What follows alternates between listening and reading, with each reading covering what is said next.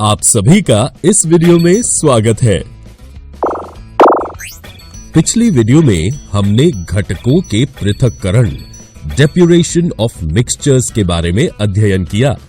इस वीडियो में हम मिश्रण के शुद्ध पदार्थों के प्रकार टाइप्स ऑफ प्योर सब्सटेंसेस का अध्ययन करेंगे।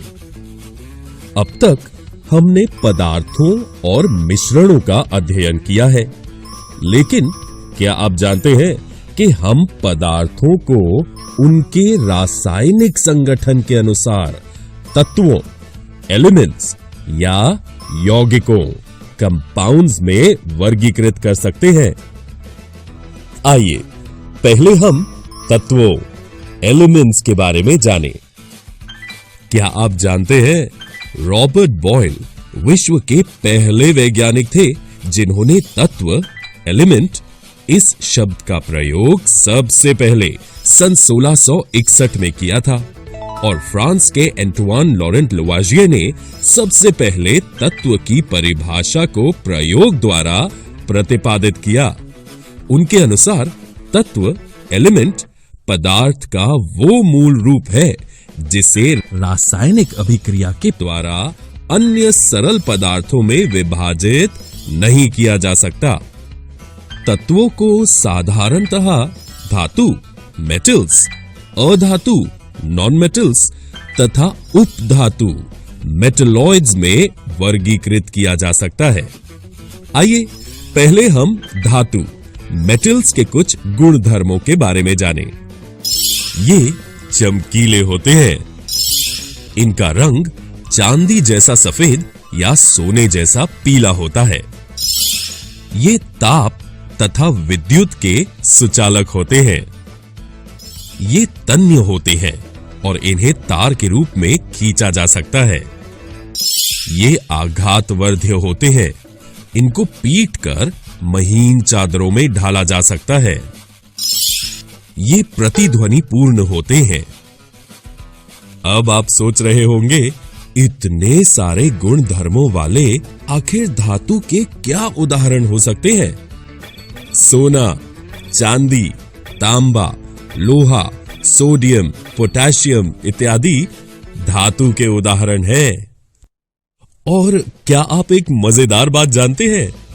पारा एक ऐसा धातु है जो कमरे के तापमान पर द्रव्य रहता है।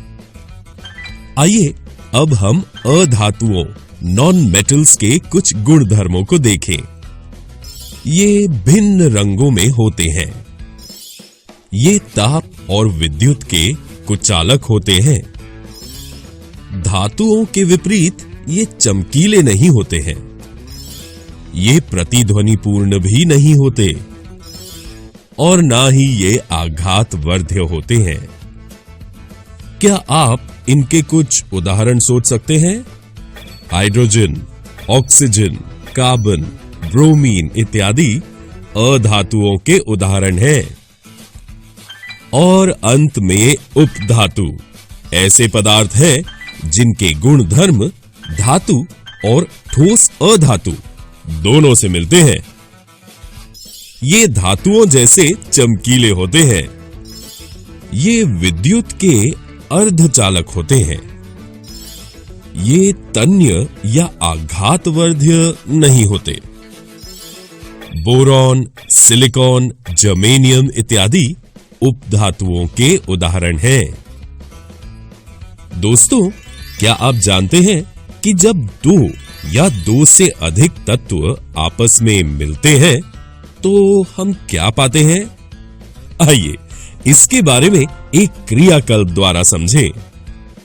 दो पृथक पृथक चीनी मिट्टी की प्यालियों में 50 ग्राम लोहे का चूर्ण और 3 ग्राम सल्फर लें। अब पहली प्याली में लोहे के चूर्ण और सल्फर पाउडर को पीसकर मिलाएं और दूसरी प्याली में लोहे के चूर्ण और सल्फर पाउडर को पीसकर मिलाएं। मिश्रण को तीव्र ताप पर लाल होने तक गर्म करें। अब ज्वाला हटा दें तथा मिश्रण को ठंडा होने दें। क्या दोनों प्यालियों में प्राप्त सामग्री दिखने में समान है? प्याली 1 में प्राप्त गैस हाइड्रोजन है। ये रंगहीन, गंधहीन और ज्वलनशील है, जबकि प्याली 2 में प्राप्त गैस हाइड्रोजन सल्फाइड है। ये रंगहीन गैस है और इसकी गंध सड़े हुए अंडे जैसी है। अब दोनों प्यालियों में चुंबकीय गुण की जांच करें।